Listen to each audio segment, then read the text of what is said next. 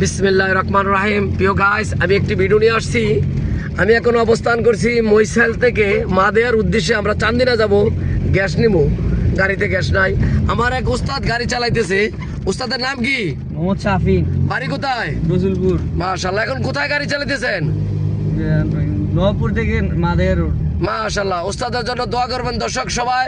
আমিও দোয়া করি উস্তাদ যাতে আর সে ভালো চালাইতে পারে। এই যে দেখেন উস্তাদ দিয়ে গাড়ি চালাইতেছে, আমি ভিডিও ধারণ করতেছি। ডাইনে গেলে ডাইনের লোকিন গেলে আসতাম, বামে গেলে বামের লোকিন গেলে আসতাম।